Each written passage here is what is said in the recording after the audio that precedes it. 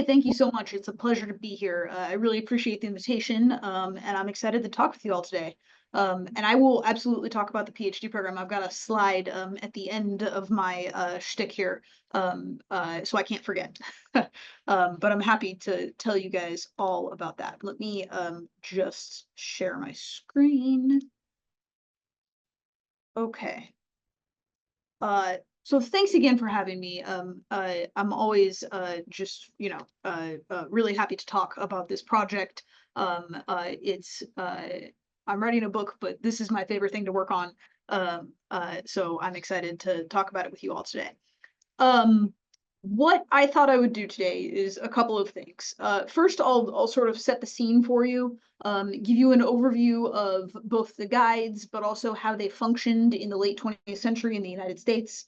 Sort of the period really after Stonewall is really when they take off.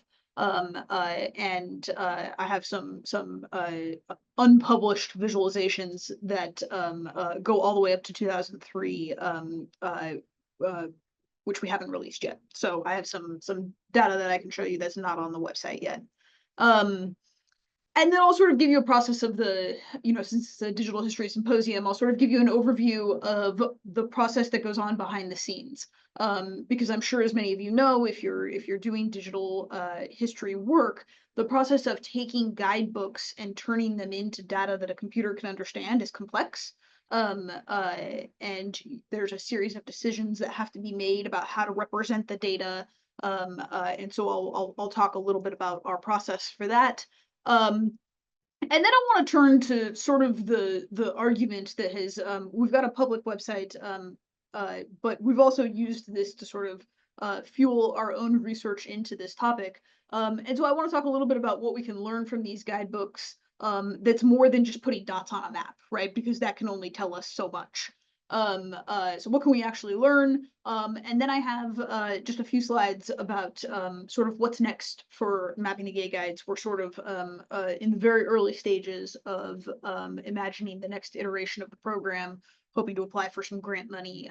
And I've got a couple of maps and things that I can show you that gesture to what's next. So let's start with Bob Damron, right? These address books were called Bob Damron's address book. This is what they looked like. It's a little hard to tell here, but these are pocket sized. So they were meant to fit in sort of like your back pocket, right? So they're very small. They're initially fairly thin. By the time you get to the 2000s, they've become global address books for a middle-class American audience that is traveling abroad. And so they become much thicker and they sort of lose that that function of being a hidden secret document. But in the period that we're talking about, in the 1970s, 80s, and 90s, they really do function that way as secret documents that are meant to be sort of, hidden in your pocket. Bob Damron was an entrepreneur. He's born in the 1940s, and actually is born in Los Angeles, but then moves to Utah for a period of time where he goes to high school, eventually ends up back in Los Angeles, where he becomes a bar owner. And initially, he's opening bars and restaurants around Los Angeles, but they were primarily straight bars. They weren't necessarily gay bars, even though his first bar is called the Gaiety, which was just ironic. It wasn't actually a gay bar. He hadn't actually thought to do that. But because Bob Damron was himself gay, he, the people that frequented his bar were his friends. And very quickly it became sort of a place for gay men to congregate, and it really sort of turned into a gay bar. We think that Bob Damron was involved in liquor distribution as well. We're still working to do more research into his life. Unfortunately, he doesn't have papers or anything that he left behind. We really just have these address books and the recollections of people that know him. Unfortunately, he dies fairly young in 1989 from AIDS. But so we think he's involved in the liquor distribution business, and he travels around the country. And what he would do is, take notes on places that he visited on a yellow legal pad. And he would write things like, "Oh, this is a great spot," or "This place sucks." And fairly quickly, when his friends traveled, they wanted his notes, and so he would Xerox them for him. And then in the early 1960s, he began to think, that maybe this could be a business. And this is a period when the gay press is really flourishing. There's a big Supreme Court case in, I believe it's the late 1950s, early 1960s, that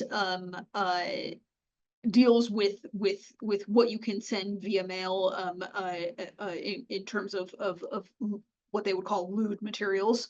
And so a secret mail distribution service sort of takes off within the gay community, right? If you think about a time before the internet, before smartphones, before any of that, right? How do you distribute information, right? If you're interested in physique magazines or an address book that's like this, you can't just go down to Barnes and Noble and buy it.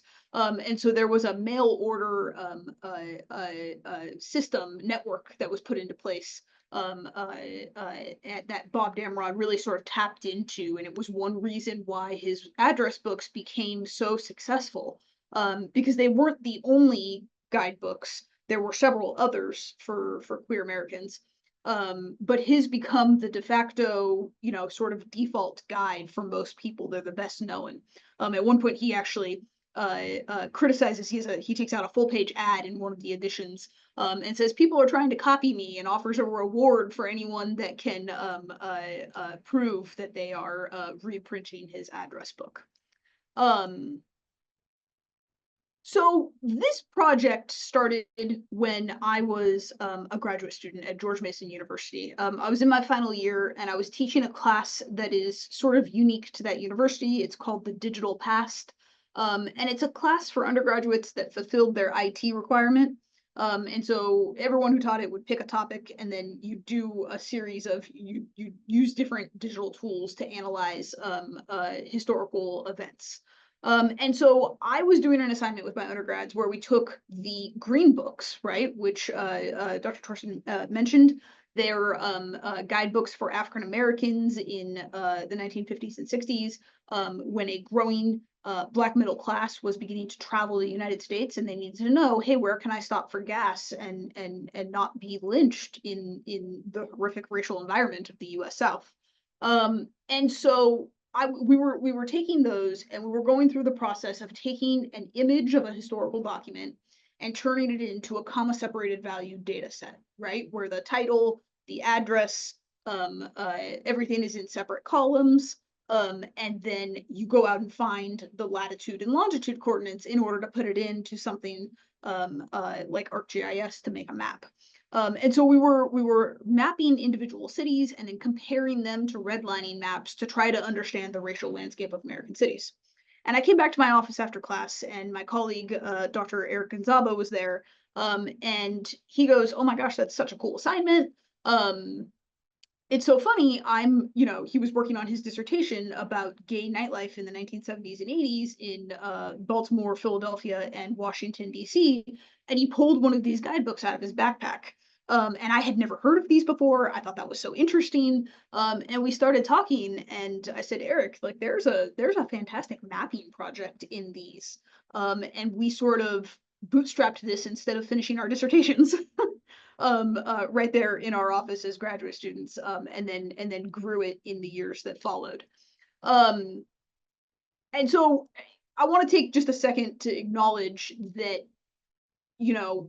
Eric and I are sort of the project directors of this, but this project wouldn't be possible. The sheer labor that it takes to digitize and transcribe all of these guidebooks, we would not be able to do this without our amazing collaborators who have range from interns at different universities to high school students that were interested in the intersections of computer science and history, to graduate and undergraduate students here at Clemson. It's really been an all hands on deck effort. And so I just want to make sure I acknowledge their labor, because they've been really crucial to making this the project that it is. So I probably don't need to tell you all what digital history is, but I thought it might be useful to sort of define the way I'm thinking about it in the context of this project.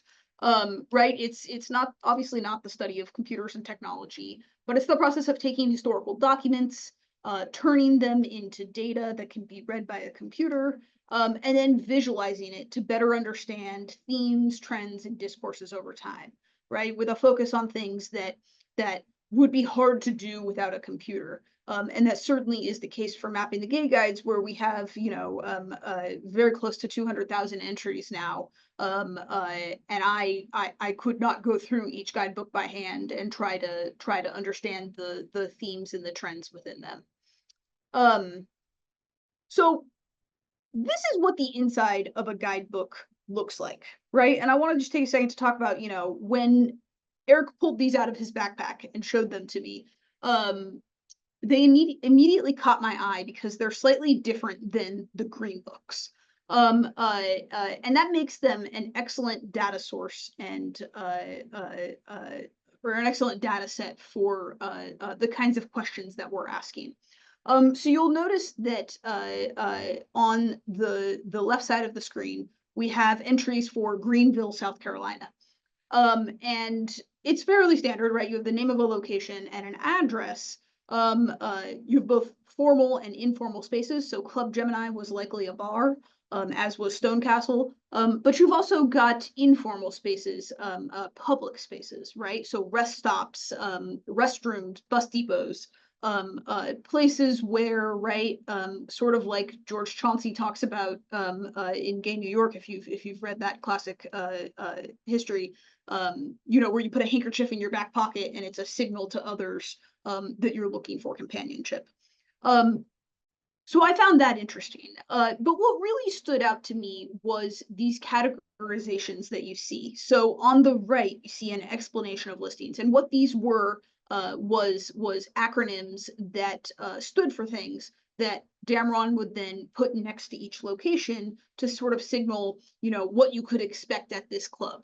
So in the case of Club Gemini, right, it's private, and it has some YC stands for Young Collegiate. It has some ladies, and some African Americans, right? And it's very popular on weekends.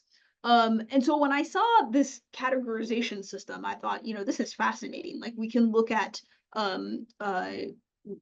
what locations were dangerous over time, or where religious institutions were. You can track all kinds of interesting things with this. But I think it's really important that we pause here, right, to historicize these documents. Damron is a white man from San Francisco, and the guidebooks very much reflect his own biases about the world around him. So, for example, the acronym that I mentioned, that's 3 down from the top, using his words, Blacks frequent, right? This one's very interesting, and you can see, I think I have a slide, maybe I don't. You can see each edition of the guide, the language changes over time. So it's initially Blacks predominant, and then it changes to Blacks frequent, and then it changes after Bob Damron dies in the 1990s. It changes to MRAF, which was multiracial African American. And so you see, and the same thing happens with women. You see it go from girls to ladies to women by the 1990s. And so they're very much a reflection of sort of the moment in which they're published. But one of the questions we ask in an article that we wrote for Southern Quarterly, right, is why would Damron list these locations as B, right? We suspect that it was not because he was trying to say, hey, here's a place where African Americans can go to find community. That's very likely not the purpose that he was listing that for, right? More likely it was a warning to white men who didn't want to go to unsegregated bars. And if you dig into the data, we know that these B entries made up about 2.5% of entries throughout the 1970s, and then they decline in the 1980s. They actually peak at about 3.3% of all the listings in 1977. But that gets, and I should note before I move on, right? many of these listings are not in places that you would expect to see, based on census data, large numbers of African American, large population numbers. It's in places like New Haven, right? Which, if you know anything about New Haven, is where Yale University is located, and that was not typically a location with a large African American population. So we suspect that he's doing this as a warning and not offering it as helpful information for an African American clientele. But when you look if you look at the bottom of this explanation of listings, we see an entry, the third up from the top, raunchy types, hustlers, drags, and other downtown types. We noticed that most often, not most often, but very often, when Damron associated B or listed a location as B, he also listed it as RT. And he typically did that for locations that were listed in places like downtown Detroit, right? In 1977, when this category peaks, we see that about 40% of all entries that are classified as B are also classified as RT, right? Sort of feeding into this narrative in the 1970s about urban vice and crime. So that's the sort of information that's available through these guides. And some of those things we wouldn't be able to track it across time without computer technology. We've got an almost 40-year run from 1965 to 2005, which is close to 200,000 locations. And so what we were able to do was build a website. This is what it looks like. The QR code there will take you to the website itself. It's also just mappingthegayguides.com. If you want to Google it, it should come up. But I thought what would be more interesting than looking at the current site is looking at what has yet to be released, right? Which is a map that shows 1965 to 2003, and we're finishing up the last couple of years to be able to publish those. So on the visualization, you can zoom in, you can zoom out, you can click on individual locations to learn more about them. It'll show you all of the information that was in the guide. We also include a table, sort of a database down below that you can search, and then you can also filter by establishment feature, right? Which is that listing of codes that I showed you a moment ago. So if you wanted to pull up all of the locations that were classified as AYOR, which stood for at your own risk, you could easily do that. So that QR code will take you to the new visualization. And on sort of the surface, right, what we can see is that there's dramatic growth in the number of entries in the guidebook, which both makes sense, right, as society, especially around the world, but definitely in the United States, which this project is focused on, opens up over the course of the 70s, 80s, and 90s. We see, a not surprising growth in the number of entries. There's also just the fact that, right, how do you convince someone, if they've bought the guide in 1970, how do you convince them to buy the guide again in 1971? Well, you add more entries, right? So that it's constantly up to date and has the most relevant information. And you can see him sort of having a competition with himself as he slowly adds vacationing spots in Mexico, in Canada, in the Caribbean, and sort of rolls them out slowly over time to try to convince his readership to buy one of the new editions. But there's a couple of other interesting things that I'll just point out. We're just now getting a complete data set, and so this is sort of next on the agenda is to begin to look into some of these trends. But what's interesting to me is this dip right here in the late 1980s, right? It sort of starts in 1989, which happens to be the height of the AIDS pandemic. The National Commission on AIDS meets in the US for the first time this year in 1989, and you see a record number of people sadly die from AIDS. 23,500 people. And so it had been on the rise throughout the 1980s, but it hits a new high in 1989. And so we're wondering, right, like, is this dip related to AIDS? We're not sure. We're very interested in looking at that. It's also the year that Bob Damron dies of AIDS. Gina Gatta buys, a woman named Gina Gatta buys and takes over the Damron Corporation, I believe 2 years earlier in 1987, when he becomes ill, and controlled it all the way until they stopped publishing in 2019.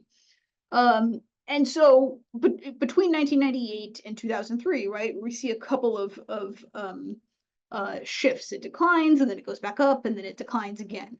We have a high of 8,235 locations in 1998, and then it declines again before bouncing back in 2001.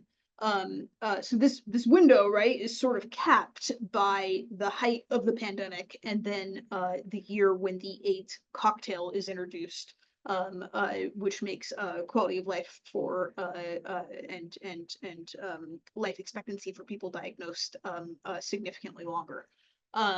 So again, we don't know if there's any causality there. I do know in places like New York, right, health departments were shutting down bars, which are a significant portion of these locations. So it could have something to do with that.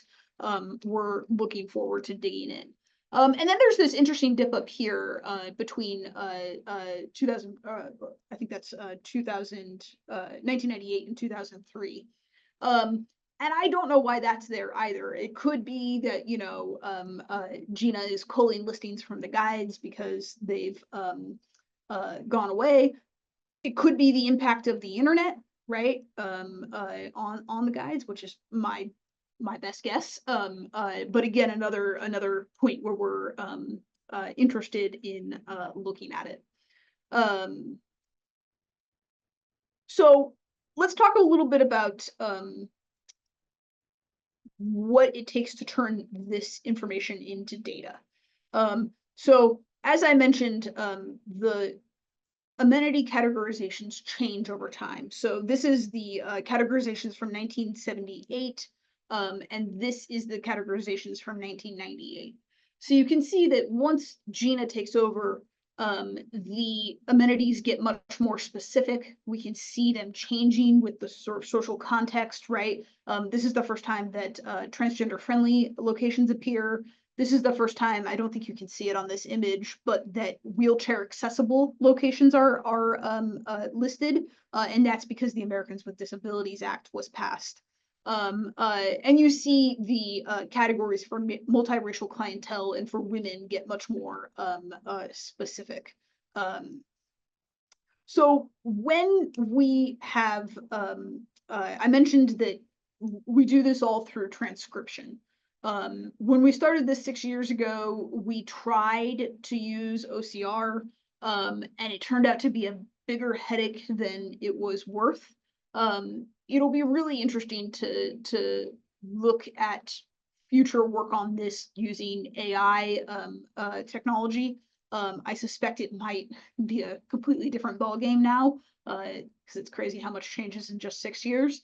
But when we started it, we were committed to transcribing it so that we could have an accurate and as clean as possible data set. And so that's where all of our collaborators come in. We had students, as well as Eric and myself, go through each guidebook and create a tabular data set. And so you can see most of the information is sort of translated verbatim, right? In the case of Midtown, which is that first entry in Allentown, Pennsylvania, we see that it doesn't have a description. It's on 60 South Street, or 60 South 6th Street. And then we have the city, the state, and the amenity features are added as a list within that cell. This is a software called Airtable. I don't know if folks are familiar with it. I really like Airtable versus doing this in Excel. And the reason I like it is because you'll notice everything that is colored, right? So like the cities and the type and amenity features, those are actually drop downs. which just helps us because when we have as many collaborators as we do on this project, it gets unwieldy really fast. And whereas someone, like in the case of Washington, D.C., right? Some people might put D period C period. Some people just put DC all caps, right? Some people put D period C, and then you have 3 or 4 different ways of classifying Washington, D.C., which becomes a problem from a data management perspective. And so Airtable is really great for that because we're able to define inputs at the beginning that limit that as much as possible. So for most of the entries, it's a fairly standard process of taking what's listed in the guidebook and dividing it up into the different cells, right? But some of these, you'll notice, are not super clear addresses. So things like the Warner Hotel Bar, which is just listed as Market Square, right? Or Cartwheel in New Hope on that second image on the right side is listed as 1 mile west on US 202, right? And those aren't addresses that are friendly to a computer who's looking for latitude and longitude coordinates, right? So we call these unclear addresses, right? This is another example. This one is just inquire locally, right? And this was very common in the early years of the guides because it was dangerous to be listed in these, right? Police were monitoring these locations to arrest people, and it was basically a guidebook to if it fell in the wrong hands to people that were vulnerable, and so it sort of becomes less common as you get into the 1990s. But it's very popular, it's very frequent in the beginning, and that poses a problem for us. And so we call these unclear addresses. And what we do is we have a checkbox on our data. I'm not sure if you can see it, you can't see it on here, but we have a checkbox, and basically anything that isn't your standard address, right? 23 North 3rd Street gets checked as this. And we run all of the addresses that are fairly standard through Google's geocoding API, and it returns latitude and longitude coordinates for us. We double check those, but largely that's an automated process. Then there's the unclear addresses, and that's a much more, this is where sort of our historian expertise comes into play, right? So we go through and we take multiple years of the guides and we throw them into a new Airtable database where we do historical research on the actual locations. Some of them we're able to find, some of them we aren't, right? And you'd be surprised, like we find places by just Googling them and a postcard from a historical society pops up with the name of the hotel on it. I had a student that found it was a hotel bar, and he found on eBay a matchbook with the address for that hotel bar. So we're actually able to find a vast number of these using, sort of just basic historical research skills. It's more complicated when it's something like inquire locally, or it's a publication or a hotline, which happens much more in the 1980s and 1990s. And so you'll notice on this image, you see found and general coordinates used.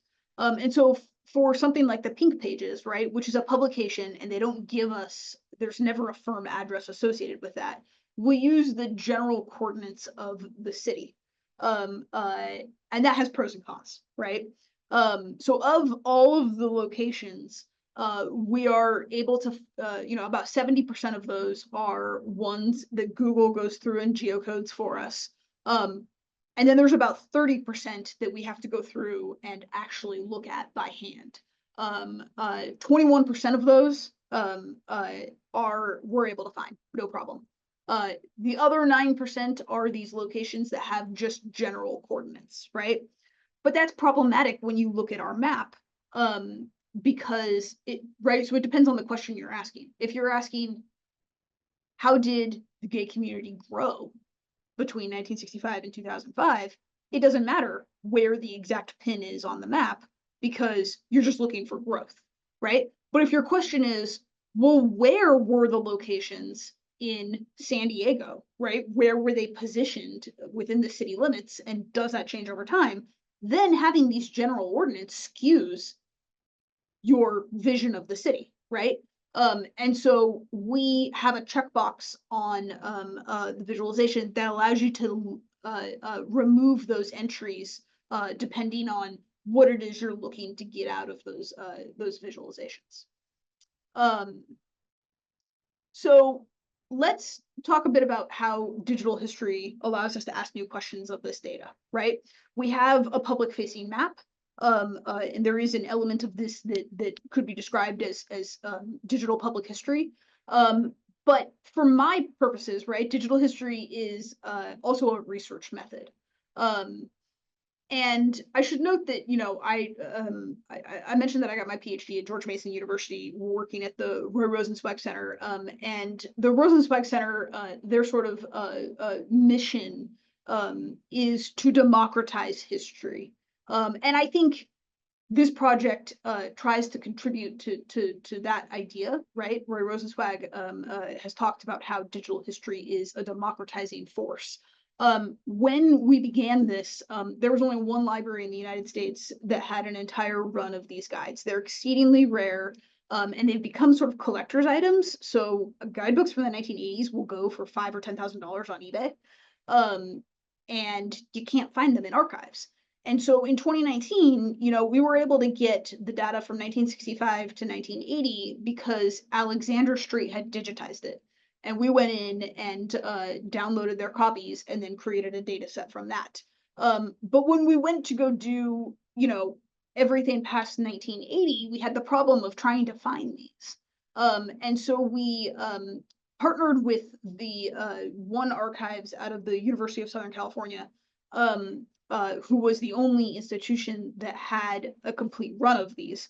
And we were able to digitize them all in partnership with a group of geographers who were also using these at the University of Washington. And it just so happened that we had applied for a grant in April of 2020, right? Right as the world was shutting down. And so not only do we have to figure out how to digitize these sort of at the height of COVID, but it also allowed us, right? Archives in the United States, I'm sure it was the same case in Germany, right? Archives just shut down, everything shut down. And so it wasn't, it was actually very useful that we were able to make these scans available. And we have a commitment to making the data available as well. It's all available openly on GitHub. So there's a couple of different ways that we can look at this data outside of just pointing plots on a map, right? And it sort of revolves around these categorizations that I find so interesting. And so let me talk about one. I want to make sure I'm not going over here. But let me talk about one example as sort of a case study here of how we might do that. So within this period that we're talking about, right, specifically the 70s, 80s, and 90s, there was this looming threat of sodomy laws, right? Homosexuality was still classified as a psychological disorder in the United States. There were sodomy laws in most states. You had police harassment, and arson was prevalent. Hints of that were prevalent throughout the guides. Police raids, you know, sort of were common in the 1960s and continue even after Stonewall into the 1970s. They actually intensify. And you see in the guides, the cruising areas are intensely surveilled and patrolled by police undercover. And so one of the questions that we came up with when looking at these is, how does Damron account for these sort of signs of danger or risk within the guides? And there are sort of three ways that he does that. One is through his categorizations. So he'll label places as hot, right? Which did not mean that it was like hot and popular, right? It meant that it was dangerous. And later that changes to AYOR, which stood for at your own risk. He's also got locations that were labeled inquire locally, and we talked a little bit about these a minute ago. But these could have been listed as inquire locally for a variety of reasons, right? It's possible that Damron knew the location, but he didn't have an exact address for it. Occasionally he would note when a location was new, right? Because if he was publishing the 1978 guide, he had to compile that in 1977. And so if he knew a location was going to be open, he would often mention that. So for example, in the 1980 guide, he lists Echo Farms, a bar in Chattanooga, Tennessee, and he explains that it was supposedly open soon and that readers should inquire locally. It's also possible that Damron was asked not to print the address of certain locations, right? And rather that, people were expected to access information about that location through local whisper networks, right? It was sort of, you had to know someone to get an in. And sometimes these locations will appear only briefly, right? Like there's a place called Jay's in Hamilton, Ohio, which was listed briefly in the 1978 and 79 editions with directions to inquire locally. In Wrightsville Beach, North Carolina, the guides listed a place called Wits End, which was a mixed location, meaning that it had both straight people and gay people, from 1970 to 1975, but it never included an address for that location. And so it's very likely that locations that were marked inquire locally were either monitored by the police, they encountered threats, or they were generally, private locations that didn't welcome strangers for a variety of reasons related to safety and community. And the last way that Damron would signal danger is noting when a location had encountered violence, right? Most often fires, and it's this one that I want to focus on here for a few minutes. This happened less frequently than the other two, right? It was more rare within the guides.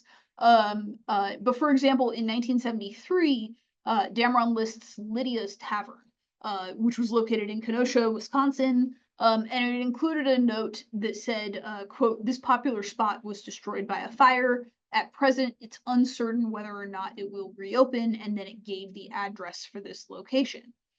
And so as a primary source, right, Damron doesn't provide any context for why Lydia's was destroyed, but it provides sort of a point that's useful for us to jump off and look at sort of combining this distant view of the guides, this sort of statistical bird's eye view with close historical reading. So the Kenosha News reported that this fire was being investigated as an arson due to what they called a gasoline-fed blaze. Gasoline-fed blaze. The owner, who was a woman named Lydia Kearney, had escaped unharmed, but the newspaper reports that she saw 3 white male suspects enter the bar, and in a very short period of time, they made several trips to the men's room. And when the suspects came out of the men's room each time, they, quote, "gasoline was smelled on their clothing and their hands." And the article goes on to explain that the men's room had a utility door inside, which was where a gasoline-powered mower was stored. And so what they were doing was going in and taking the gas from the mower and spreading it around. She calls the sheriff's office and says, I think they're going to burn the place down. And indeed, that's what they try to do. So then 2 months later, Lydia's Tavern is targeted once again with a fire breaking out in the basement of the bar. And so this is, one example, but incidents like this were fairly common. It's sort of symbolic of the ways that gay bars and their patrons faced consistent threats of violence in the 1970s and 80s. In 1977, Damron listed the relocation and renaming of a bar in North Hollywood called The Other Side, and he says that this is due to a vicious firebombing. And so these entries are much more rare than hot or at your own risk or inquire locally. But they really represent the extreme danger that faced many LGBTQ Americans and business owners. And if we only look for those amenity categorizations, right, we're leaving out these valuable threads. So our visualization tries to account for all three of these occurrences.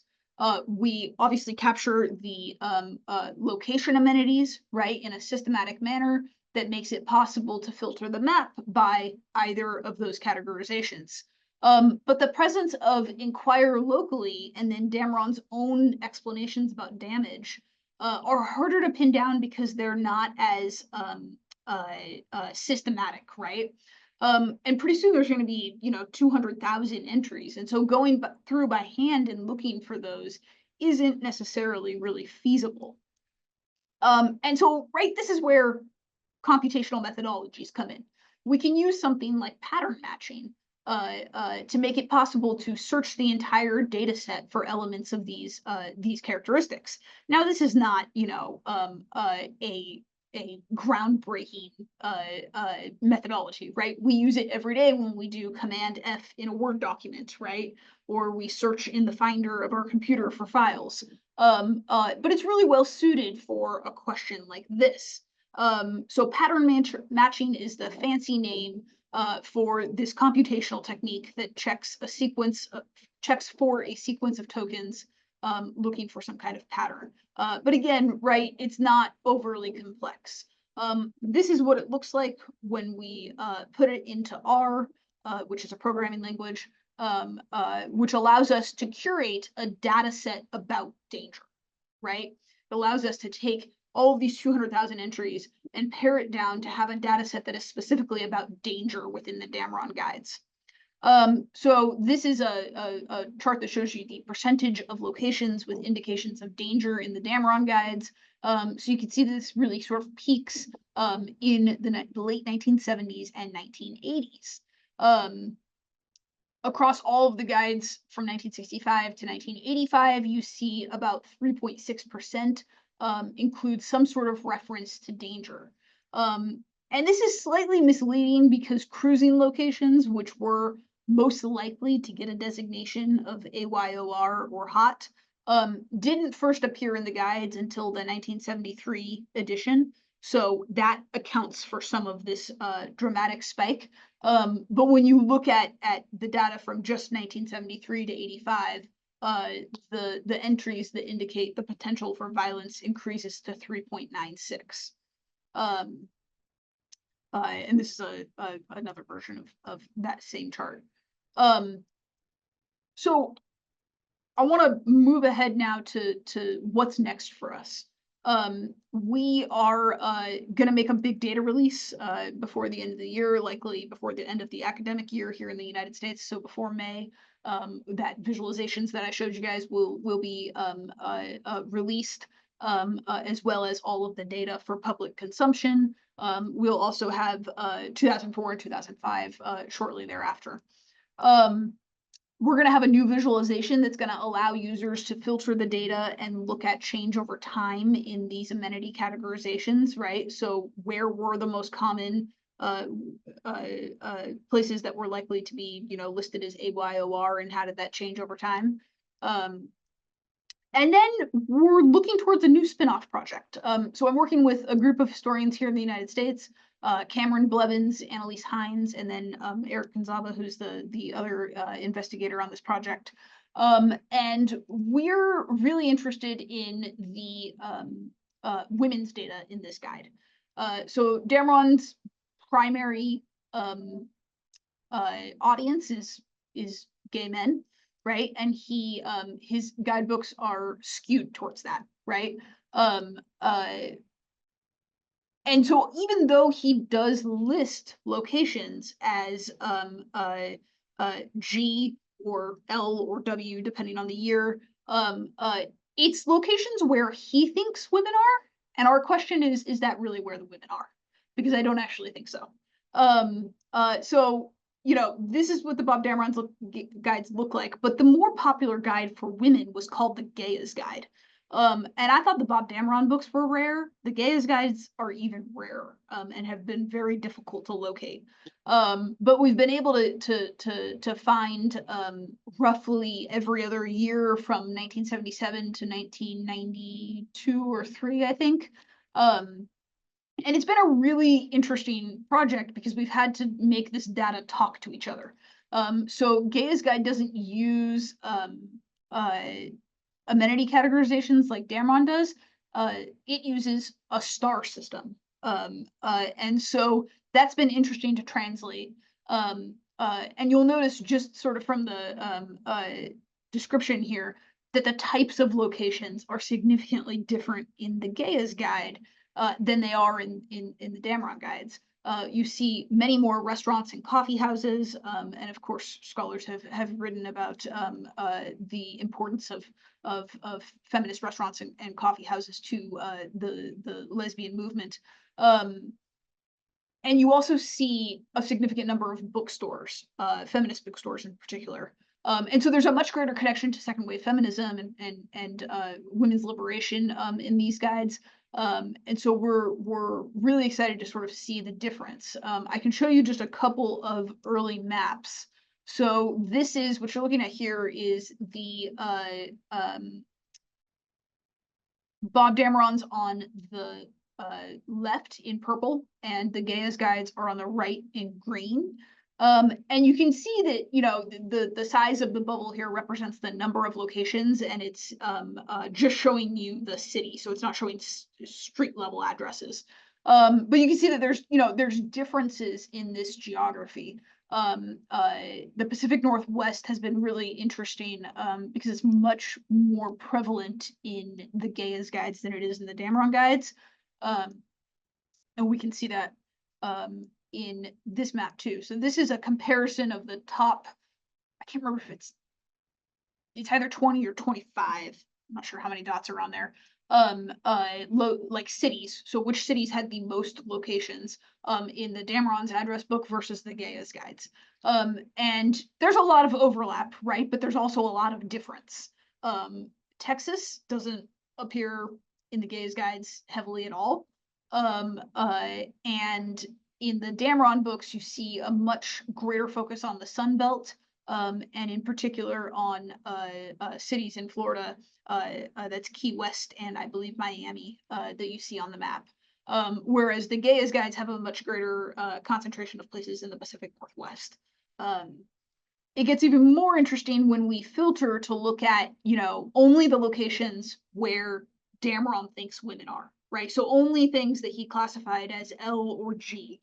And then we compare that to the Gaia's Guide, and it's even starker here, right? The prevalence in the Pacific Northwest, and his insistence that there's large numbers of women in Texas. And of course, Texas does appear in the Gaia's Guides. It's just not one of the top cities.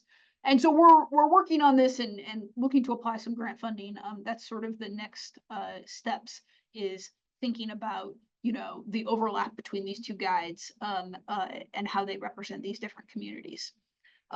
Before I wrap up and take questions, let me just talk briefly about the PhD program in digital history.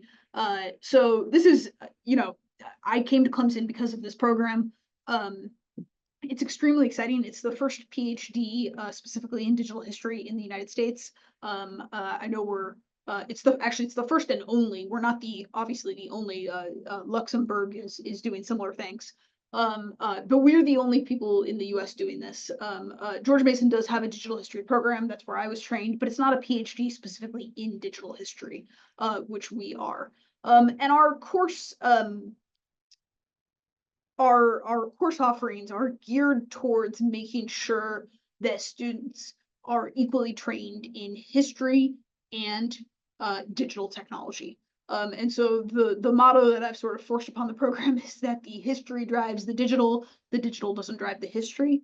And so our focus is on teaching students how to ask and answer historical questions using digital methodologies. So I teach a sequence of classes, that's sort of the signature courses of your field in digital history here. Um, and they're called Digital Methods 1 and 2 uncreatively. Digital Methods 1 is a class in computational history. Students learn to program in the programming language R, which is what most of what you've seen here today was built in. Um, so we learn the basics of computational thinking.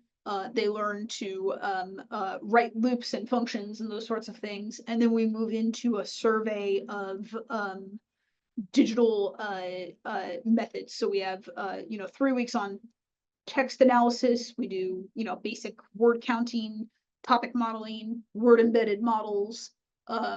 We do mapping, network analysis. I'm sure I'm missing a week. And then the following semester, students come back and we do a much more deep dive into advanced digital methods. So we'll look at LLMs, we'll look at AI transcription, computer vision, and then students will learn to build interactive web visualizations, sort of like I'm modeling it after what Mapping the Gay Guides is built in. And then in addition to that, students take a seminar in digital history where they build their own digital history project, and a digital historiography class where my class, the Digital Methods 1, focuses on the computational techniques and methods, and digital historiography, which you take at the same time, it takes you through the literature on those methods. So you're getting both the practical application, you know how to do it, but you also get the theory behind it so that you're well-rounded in that method. So it's really exciting. We're just finishing up our application season for fall 25, actually immediately following this. But our application deadline will be December 1st again for fall of 2026. And yeah, if students have questions about that, you're welcome to email me. I would love to tell you more about the program. We have strengths in our department in colonialism and as well as women and gender, and the U.S. South. But we'd be excited to see applications and discuss historical interests with anyone who's interested. So with that, thanks so much, and I look forward to Q&A.